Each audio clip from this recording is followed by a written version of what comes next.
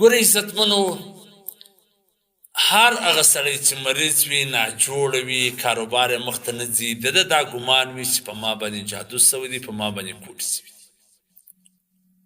هر هغه سړی چې یو چا بندش را کړی دی، یو چا جادو را کړی دی، یو چا کوډي را کړی دی، بیا پریشان دونی په کاروبار نه پریشانه، لکه په دغه شي چې بیا دی پریشان او دته وسوسې ولوېدلي او دی په وهم کې وي. نو زه تاسو ته یو لار درښیم که واقع سوي هم وي، د دې خو مقابله کېدلی شي. هر بلکې که به چا نه دي سوي هم باید دغه اعمال وکړي.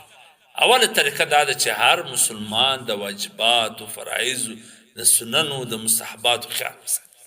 سنت، فرض، واجب، دا ټول عباداتو خیال وساتي. دویم دا عمل باید هر مسلمان روزانه په یو شکل نه د یو شکل سره د قرآن مجید تلاوت وکړي. سهار سورت یاسین ووایه، نور سورتونه ووایه، نور سورتونه ووایه. یعنی روزانه باید تا د قرآن مجید که یو 15 لیکې هم وي، 15 صفحې هم وي، 15 رکوع هم وي، چې څومره کولی سې کم سے کم لږ څه نه څه د قرآن مجید تلاوت خو وکړه. او دریم چې کوم دا قل هو الله احد، قل اعوذ برب الفلاق، قل اعوذ برب الناس، دا سهار و ماښام د هر لمانځه وروسته، سهار ماښام لمانځه وروسته درې واره وایه. که د هر لمانځه وروسته وایه خو بیا ډېره ښه خبره. او آیات الکرسي دا باید د هر فرض لمانځه سبات کې ووایه، ځکه د دې څومره فضایل راغلي وي. څوک د فرض لمانځه وروسته آیات الکرسي وایي، د ده او د جنت په مابینځ کې صرف مرګ. څومره فضایل یې راغلي چې کله بېدېږي هم یې وایه، چې کله هر وخت کې بېدېږي آیت الکرسي وایه. او چې کله د اسار ماښام چې کوم اذکار دي، بسم الله الذي لا يضر مع اسمه شيء في الارض ولا في السماء وهو السميع العليم، سهار ماښام وواره دا وایه. نو د دغه اذکارو د دې عباداتو خیال چې وساتې، نه بیا پر تا جادو اثر کولی شي، نه پر تا بیا کوډې اثر کولی شي، نه شی اثر کولی شي.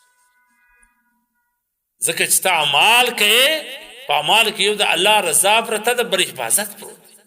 بس دا وایه بیا به پر تا یو شی هم اثر نشي کولی. دویمه دا خبره ده چې هر تاوان د کوډو د جادو اثر نه وي. دنیا دا الله فرمایي لنبلونکم بشیء من الخوف والجوع ونقص من الاموال والانفس والثمرات. زه پر تا ضرور به ضرور ازمایش راولم، امتحان راولم. کله ویره وي، کله وږه وي، کله په مال کې کمی وي، کله په نفوسو کې کمی وي، کله باغونه در وچ کړي. وبشر الصابرین، الله وایي صابرینو ته زیری ورکړي. بس یو سړی به خامخا په دنیا کې جګ جوړ کاروبار به پر ترقي، هر څه به برابر. کما چې د ته لږ تاوان ضرر ورسېدی، دا جادو دی یا کوډ چا را کړي یا بندش را کړي، نو دغه اعمال کوه. نه به کوډي، نه به جادوي، نه به بندش، نه به شی وي. که یو ازمایش امتحان اکړي، د الله څخه د عافیت معامله غواړي او دغه اعمالو سره جاري ساتي، انشاءالله الله پاک به دې هر څه اسانه کړي.